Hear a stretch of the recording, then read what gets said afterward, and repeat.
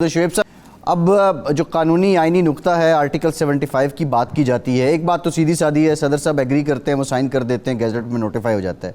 اگر وہ ڈس ایگری کرتے ہیں، اس کا طریقہ کار کیا ہوتا ہے؟ کیا ان کے ریمارکس یا ان کا مینشن کرنا یا وہاں پہ ان کا سائن کرنا ضروری ہوتا ہے؟ اور پھر یہ جو بل ہیں، یہ فائل ایک سیکشن افسر سے لے کے سیکریٹری تک ایک چینل کے ذریعے پہنچتی ہے اور اسی چینل کے تھرو واپس آتی ہے. تو آپ کیا سمجھتے ہیں کہ یہاں پہ اگر کسی نے ڈنڈی ماری ہے تو کس سطح پہ ماری گئی ہے؟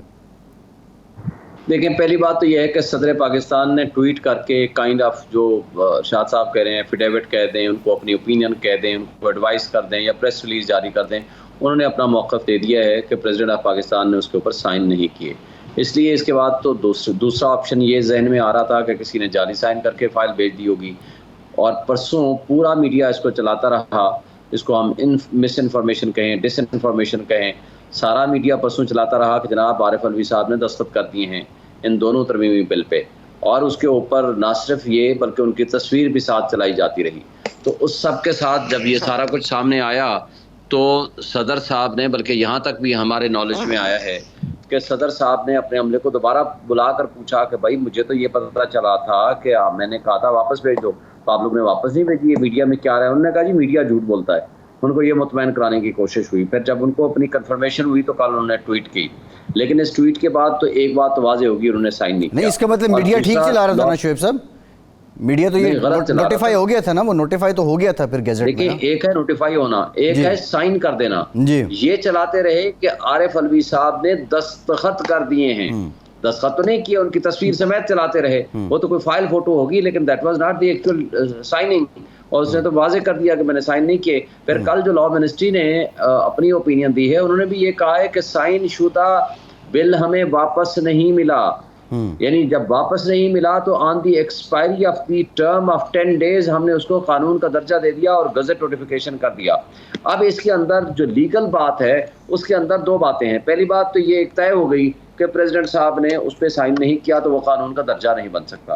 دوسری بات ہے کہ انہوں نے پریزمپشن کی بنیاد پر that has attained the status of a law by efflux of time, that was wrong. کیونکہ بائی افلکس آف ٹائم کے لیے، یہ بائی آپریشن آف لا کے لیے تین کو اس کی کنڈیشن ہے. ایک ہے 75(1). 75(1) یہ کہتا ہے کہ صدر صاحب یا تو 10 دن کے اندر سائن کر دیں گے یا اس کو ریٹرن کر دیں گے، جو کہ اس کیس میں انہوں نے ریٹرن کرنے کا حکم دے دیا. وہ پہنچا نہیں پہنچا that is a separate thing. اس لیے اس کے اندر فرض کر لیتے ہیں کوئی پریزیومڈ اور ڈیمڈ ٹو بی لا نہیں بن جائے گا اگر 10 دن کے اندر فائل ان تک نہیں پہنچی یا 10 دن کے اندر صدر صاحب نے واپس ریٹرن کرنے کا حکم فرض کرونا بھی دیا ہو. اس میں تو ہو چکا ہے. تو 75(2) میں ہے کہ دوبارہ اگر جائے گا، دوبارہ جوائنٹ سیشن میں مشترکہ اجلاس میں اگر یہ میٹر انڈر ڈسکشن آتا ہے اور مشترکہ اجلاس دوبارہ اس کو پاس کر دیتا ہے اس قانون کو، تو دوبارہ جب آئے گا تو پھر وہ صدر صاحب کے پاس اگین 10 دن ہیں. ان 10 دن میں یا تو وہ ہر حال میں دستخط کریں گے، اور اگر نہیں کریں گے تو it will be presumed, it will be deemed to be a law. یہ 75(2) and 75(3) کہتا ہے. اب یہ 75(73) کا تو کیس ہی، 75(2) and 3 کا تو کیس ہی نہیں ہے. یہ ہے آرٹیکل 75(1) کا. تو ڈیم ٹو بی لا یہ جو ہے کہہ رہے ہیں لا منسٹر صاحب، یہ مس انٹرپریٹ کر رہے ہیں آرٹیکل 75 کو. اس لیے ان کو تو چاہیے تھا کہ اس قانون کو واپس لے لیتے اور اس کے بعد انتظار کرتے، اگلی جب اسمبلی آئی تو اس کے بعد پیش کرتے. شعیب صاحب، ایک بڑی امپورٹنٹ نکتہ ہے 75(1) کا آپ نے ذکر کیا ہے. 75(1)(b) جو ہے وہ یہ کہتا ہے کہ in the case of a bill other than a money bill return the bill to the Majlis Shura with a message requesting that the bill or any specified provision thereof be reconsidered and that any amendment specified in the message be considered.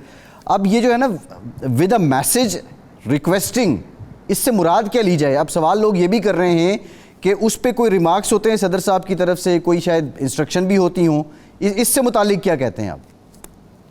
دیکھیں، پہلی بات تو ہم تصور کر لیتے ہیں کہ نہ اس کے اوپر ریمارکس ہیں، نہ صدر صاحب کے اس کے اوپر دستخط ہیں، پریزمپشن ہے، نہ صدر صاحب نے عملے کو کہا ہے. ٹھیک ہے، یہ ریکنسیڈریشن کے لیے واپس آ گیا. واپس آیا تو دوبارہ جوائنٹ سیشن نے واپس اس کو پاس کر دیا اس لا کو.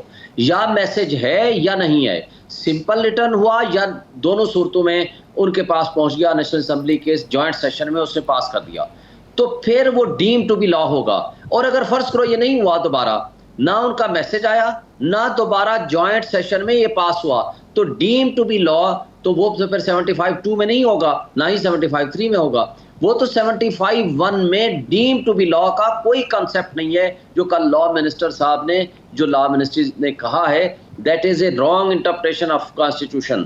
اس لیے ڈیم ٹو بی لا 75(1) میں جب تک وہ واپس جا کر کے دوبارہ جوائنٹ ہاؤس اس کی اجازت اور اس کی اپروول نہیں دے دیتا سیکنڈ ٹائم, تو تب تک وہ 10 دن گزرنے کے بعد ڈیم ٹو بی لا بنے گا. اس سے پہلے وہ لا کا درجہ نہیں رکھتا. 75(1) اس میں بالکل یہ نہیں کہتا کہ 10 دن کے اندر فرض کرو ان کو فائل نہیں ملی, وہ کہتے قانون بن گیا. یہ کہہ دینے سے قانون نہیں بن جاتا. قانون آئین کے اس پروویژن کے تحت بنے گا جو 75(2) کی کنڈیشن ہے یا 75(3) کی کنڈیشن ہے. شعیب صاحب یہ فرمائیں کہ ظاہر بات ہے کہ لا منسٹری جو ہے اس میں بڑے لا ایکسپرٹ بیٹھے ہوئے ہیں. لا منسٹری نے یہ غلطی کیسے کی, اس کو گزٹ نوٹیفیکیشن کیسے کیا؟ ان کو بھی یہ پتا تھا کہ اگر بالفرض قانون نہیں آیا واپس تو کیا آئینی اور قانونی طور پر ان کا فرض تھا کہ وہ دوبارہ ایوان صدر سے پوچھتے, یا انہوں نے یہ جو مفروضہ قائم کیا اس کی بنیاد کیا ہے؟ یہ بدنیتی پر مبنی ہے, کیوں جلدی تھی, یا اس میں کوئی پریشر ہوگا ان پر جس کی وجہ سے انہوں نے گزٹ نوٹیفیکیشن کر دیا؟ ارشاد صاحب, پہلی بات تو یہ ہے کہ یہ بغیر یہ ہو کیسے سکتا ہے. پھر ہم یہ تصور کرتے ہیں کہ جو کیئر ٹیکر سیٹ اپ ہے یہ واقعی کیئر ٹیکر ہونا چاہیے تھا. بھائی جب آپ قانون بنا رہے ہو تو سب سے پہلے آپ پوچھ ہی لو, ہو سکتا ہے انہوں نے اسینٹ دے دی ہو سکتا ہے اس پہ دستخط کر دی ہو, فائل آپ تک نہ پہنچی ہو. بھائی فائل کو ٹریس کر کے اس کے بعد جو لیگل پوزیشن بنتی ہے اس کے بعد آپ ایکٹ کریں.